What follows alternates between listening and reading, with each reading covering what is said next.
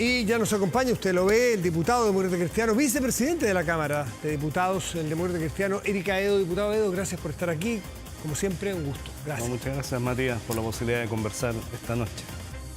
¿Usted comparte con aquellos analistas que dicen que esta es la crisis institucional más grave que hemos vivido desde el regreso a la democracia?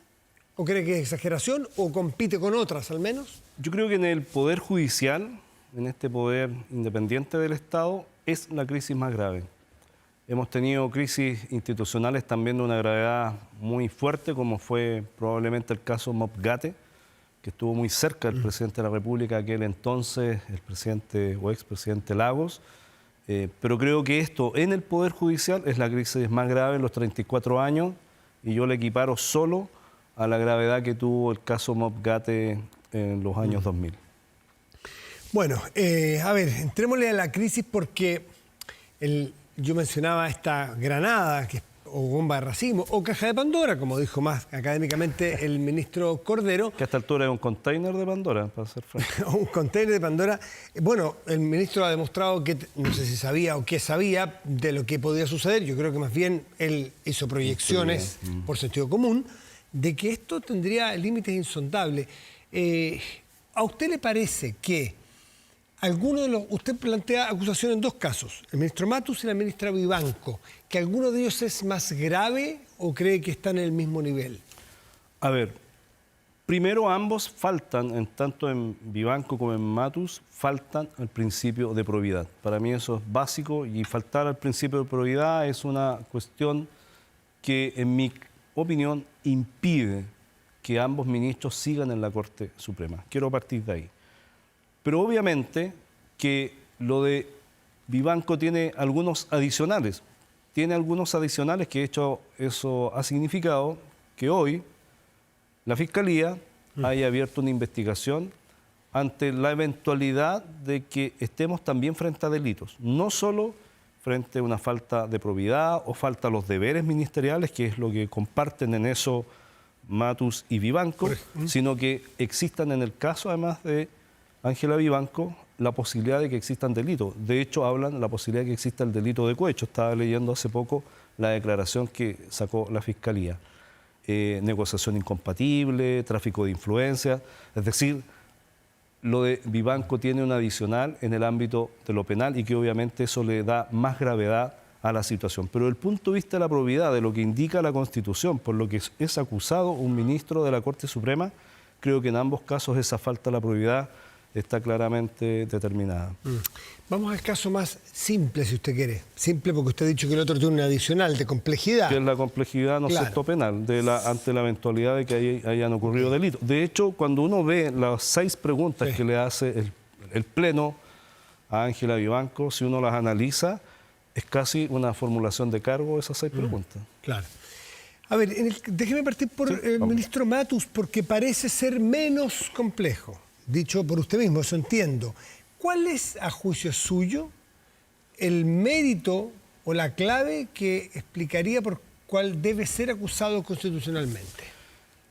En mi opinión, el ministro Matus falta a lo que indica el artículo 8º, inciso 1 de la Constitución. Es decir, falta a la probidad que se le exige a todo miembro de un aparato del Estado o de un agente público. ¿Cuál es ese hecho que falta a la probidad? ¿Por qué falta a la probidad? Algunos han dicho, no, lo que pasa es que las cosas que él plantea son del pasado. No, no, no. El ministro Matus le miente al país de manera reiterada cuando no reconoce efectivamente hechos del pasado que influyen en sus decisiones. ¿A qué me refiero? El ministro Matus, en el mes de marzo, le dijo a todo el país, en un punto de prensa, que él no conocía, no tenía ni una relación y jamás había estado vinculado, por ejemplo, con Hermosilla. Eso lo dijo él en un punto de prensa en marzo. Luego él participa de una serie de entrevistas en que las cosas, cuando comienzan a salir el tema de los chats, las comienza a relativizar. Entonces dice primero que, bueno, sí lo conocía, que alguna vez tuvo un contacto, pero que en realidad no tuvo una relación profesional con él. Y luego nos enteramos que sí fue parte del equipo de defensa, por ejemplo, del exministro Chadwick en la acusación constitucional. Dijo que jamás supo cómo se le pagó a este profesor alemán. Ahora no solo sabemos que sabía cómo se le pagó, él dio las cuentas a las que había que transferir los recursos, fijó los montos. Perdón, todo esto lo haces no el que transfiere los montos ni No, da la no. sino que estas explicaciones las da siendo ministro. Estas explicaciones las da siendo ministro cuando resultan ya no había ser negado esos hechos. Entonces tú, en definitiva, para explicarlo muy en simple, tienes un ministro de la Corte Suprema que le miente al país. Y yo lo dije hoy día en un punto de prensa. ¿Es viable, es legítimo que alguien que falta la probidad, que le mienta al país, siga siendo ministro? Yo creo que eso constituye en sí mismo, esa falta de la probidad, una falta a sus deberes como ministro de la Corte Suprema. Y también esto, también lo he planteado, no hay que ponerlo en una discusión de izquierda a derecha, porque yo creo que si entramos a eso, esta cosa no va a terminar bien. Aquí lo que tenemos que enfrentar es que estamos frente a la mayor crisis institucional hoy día del Poder Judicial, y en esto tenemos que avanzar a que por lo menos los chilenos y las chilenas sienten que quienes ejercen la justicia tienen una norma de comportamiento elevado, probo, y que en realidad tú no estés todo el tiempo pensando si están ejerciendo justicia con imparcialidad. A lo que usted le llama falta de probidad del juez Matus, ¿tiene que ver la falta de la verdad solamente a eso? No es solo la falta de la verdad. O sea, porque él fue escondiendo, según su narrativa, esconde cosas que tienen efecto en él como ministro de la Corte Suprema. Mira un efecto. Niega a Hermosilla. Lo niega. Esto no lo estoy inventando. Lo niega. Luego cuando lo pillan, porque además se somete a algunas entrevistas, ¿sí?, estando, entre otras cosas, con licencia médica, cosa que le sería un efecto a cualquier trabajador del servicio público, que tú te pongas a dar entrevistas estando con licencia médica, pero eso lo dejo pasar, digamos que es una cosa pequeña. Pero él luego se ve obligado a reconocer a partir de estos chats que tiene una relación mucho más cercana con Hermosilla de la que había recogido. Y en esa relación cercana, él se jacta en estas entrevistas de que él tiene un listado enorme de inhabilidades. Habla de más de 100 inhabilidades. Pero lo que no dice es que en las inhabilidades no está Hermosilla. Perfecto. Y eso también es un punto grave, porque te agrego otro elemento más de por qué es importante que no esté Hermosilla. Hemos sabido también por estos chats que cuando lo nombran ministro de la Corte Suprema, hay una comunicación entre Matus y Hermosilla en donde dice: tuvimos que dar una gran pelea. Tuvimos. Esto no es tuve, esto no es, no, esto es un equipo. Y ese equipo, ¿no es cierto?, que dice tuvimos, agrega Matus al final: los que me torpedearon, los que no me apoyaron, ni perdón ni olvido. Esto es público.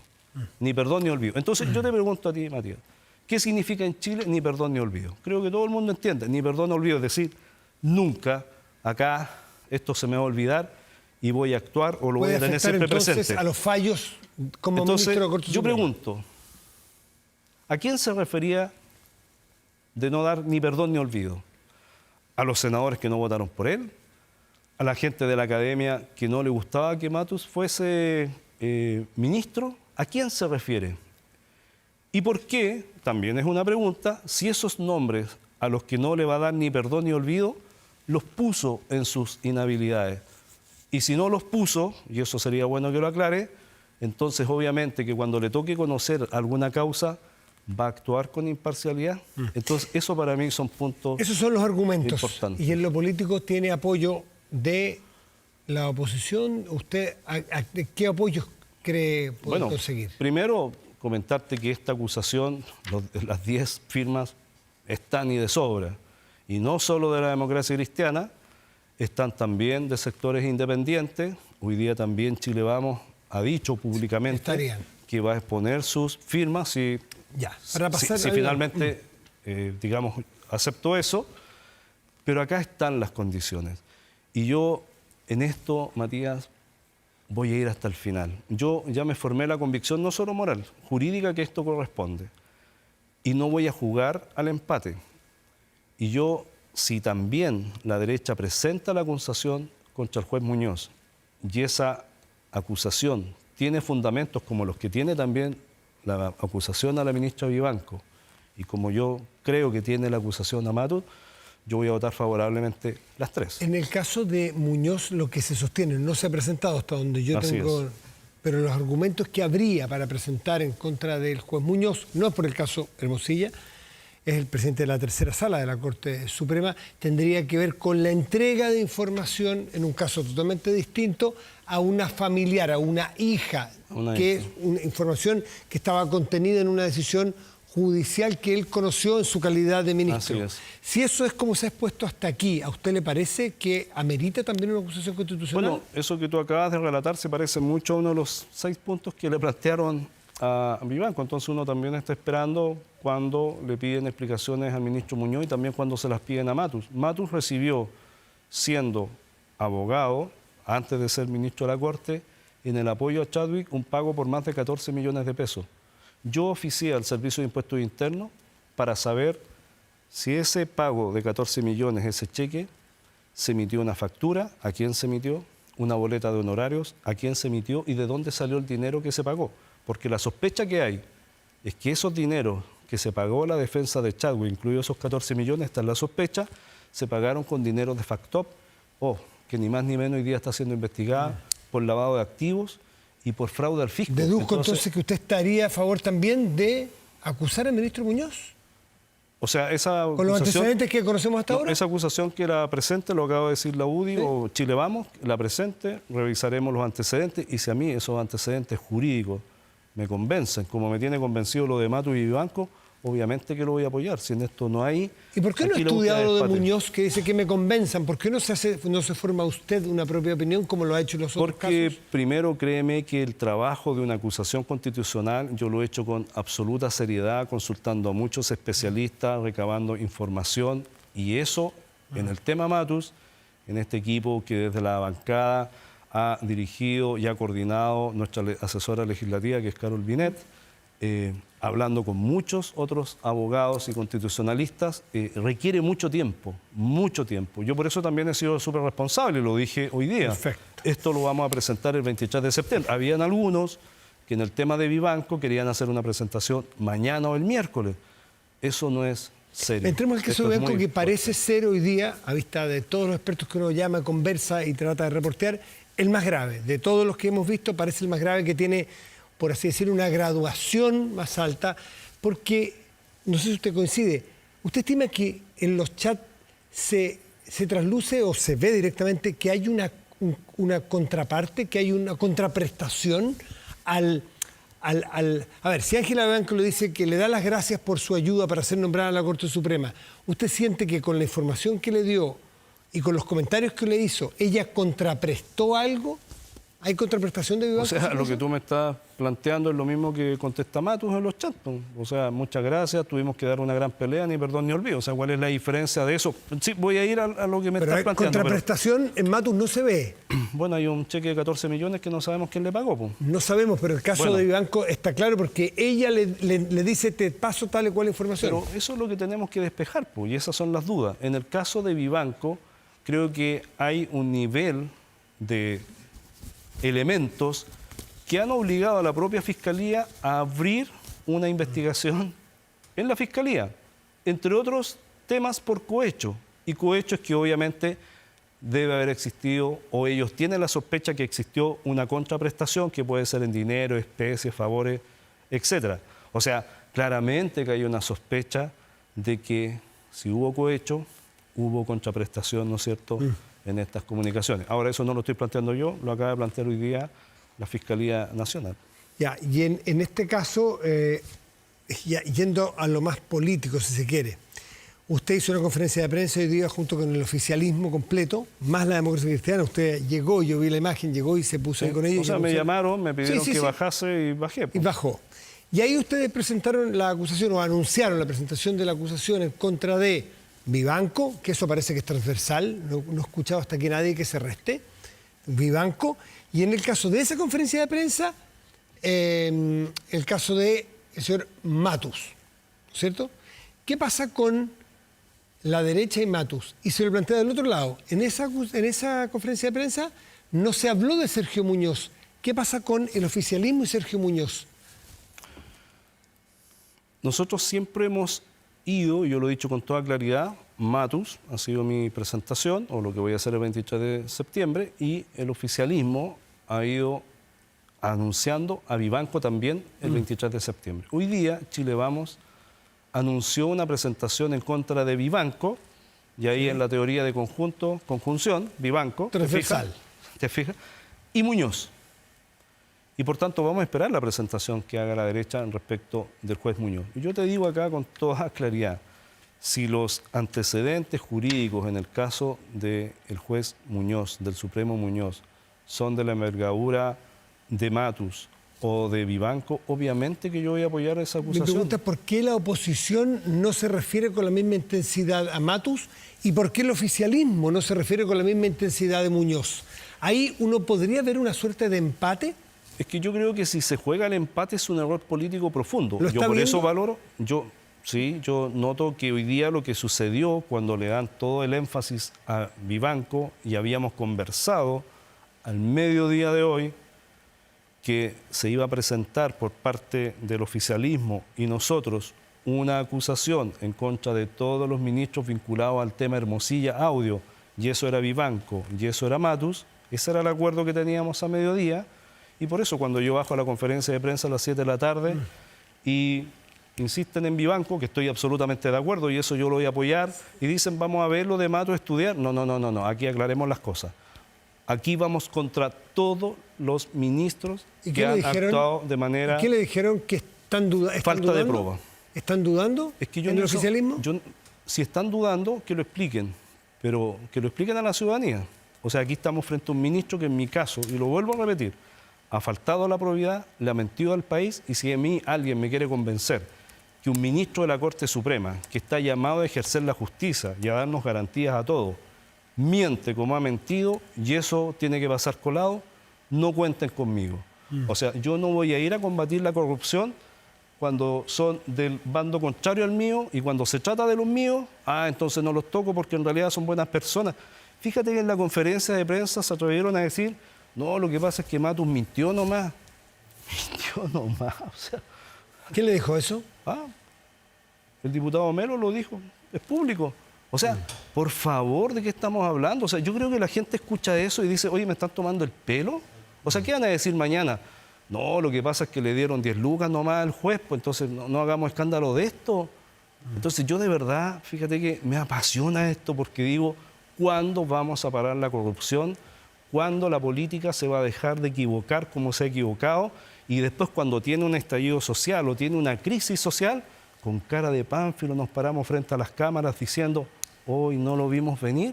No, o sea, yo para ese show de verdad, Mati, no estoy disponible. Diputado Aedo, usted ha dicho recién que está por hacer acusaciones constitucionales y que habían llegado a cierto acuerdo con el oficialismo, contra todos aquellos ministros de la Corte que tengan vínculos con el caso Hermosilla. ¿Por qué no define qué es vínculo? En el caso Matus y en el caso de Vivanco ya lo he explicado de manera profusa. Pero le pregunto directamente, ¿se ha sabido que también en el teléfono del abogado Hermosilla se ha encontrado el currículum vitae de la ministra Melo, entiendo, ¿no? No sé si usted tiene antecedentes de eso. No tengo esos antecedentes, sí, por ejemplo, de una fiscal. Sí, el fiscal Parra. Y obviamente eso tiene que investigarse. Ahora, en los casos de los fiscales nosotros no hacemos acusaciones constitucionales, hacemos peticiones que la Suprema tiene que resolver. Pero si hay otros ministros, en el caso Hermosilla, Audio, vinculados con situaciones parecidas a la de Matus o Vivanco, obviamente que hay que avanzar. Ahora esto hay que darle un cauce institucional, por eso creo que el Congreso no se puede restar de esto. Un cauce es la fiscalización, acusaciones, pero otro cauce que tiene que darle el Congreso es resolver el tema de cómo se están nombrando hoy día los ministros de la Suprema. Porque es el tema más de fondo y el tema que hay que resolver. Más de fondo, por cierto. La tercera, estaba buscando el dato exacto de cuándo era. El día 6 de septiembre publica que en el teléfono de Luis Hermosilla estaba el currículum vitae de la ministra María Soledad Melo, ministra de la Corte Suprema. Si eso lo publica con los datos, ¿eso a usted le parece constitutivo de una infracción constitucional? O sea, cuando se refiere a ministros vinculados al caso Hermosilla, ¿cae este caso? No, o sea, si hay otros elementos como los que hemos conocido de Matus y Vivanco, obviamente que eso, en mi opinión, acredita. No pero basta con eso. Que esté un currículum Claro. No basta, no es suficiente para que constituya eso una falta grave al deber, ¿no es cierto?, como ministro de la Suprema. No, es cierto, tampoco es una cacería de brujas. Vamos a buscar aquellos temas que efectivamente dañan no solo la honra del Poder Judicial, que están reñidos con la probidad. La probidad finalmente es un acto de corrupción y no puede haber corrupción en el Poder Judicial. Diputado Edo, por último, el tema de fondos. Si somos un país que es capaz de responder institucionalmente a esta crisis, es rediseñando aparentemente, porque todos los expertos dicen que no está dando el ancho el sistema de nombramientos en el Poder Judicial, no solo en la Corte Suprema. Usted primero, quiero saber si está de acuerdo con ese juicio de que no está dando el ancho, y segundo, ¿cuál sería el método ideal y si habría acuerdo político para llevarlo adelante? A tu primera pregunta, no da el ancho. O sea, tanto no da el ancho que estamos en la crisis que estamos, que yo creo que es parte de esa crisis justamente eso. Lo segundo, yo no tengo la receta ideal, no voy a mentir, pero sí creo que hay experiencias comparadas que hay que salir a mirar, incluso en Estados Unidos. Incluso en Estados Unidos, yo he preguntado a distintos juristas, todo esto es público, es con audiencias públicas. De hecho, el FBI entrega un estudio de cada candidato, desde la más temprana edad hasta su desarrollo profesional. Esas cosas creo que hay que incorporarlas en este proceso de selección. Entonces veamos la experiencia comparada, Estados Unidos, Europa, pero hagamos esto mucho más transparente. Antes se hablaba, hace muchos años atrás, se hablaba del famoso besamanos en el Ministerio de Justicia, ¿no es cierto? Era típico. Bueno, ahora hemos pasado al besamanos congresal.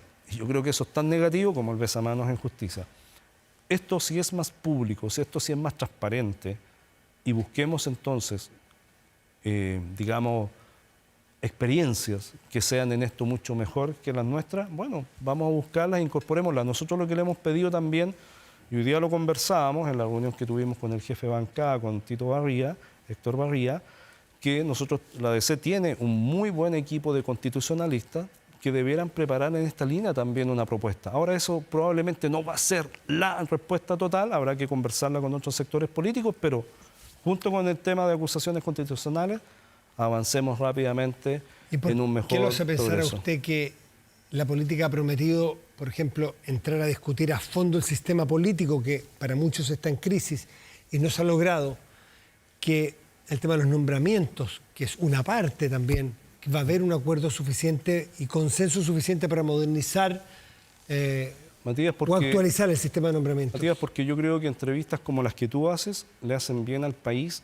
porque también tiene que obligar al mundo político a hablar con todas las cartas sobre la mesa y no hacer este diálogo, no a veces de sordos, sino que a veces un diálogo que es subterráneo. En el sistema político, ¿qué se está esperando hoy día? Las elecciones de octubre. Así hablemos los castellanos. Todo el mundo está esperando cómo le va para apearse a esta discusión. Eso incluye a la democracia cristiana, eso incluye al socialismo democrático, eso incluye incluso a la derecha, porque también ahí está la pelea de quién hoy día va a ser el más votado de todos. Entonces todo el mundo se comienza a preparar que esa conversación se va a dar después de octubre. Con toda franqueza te lo estoy contestando.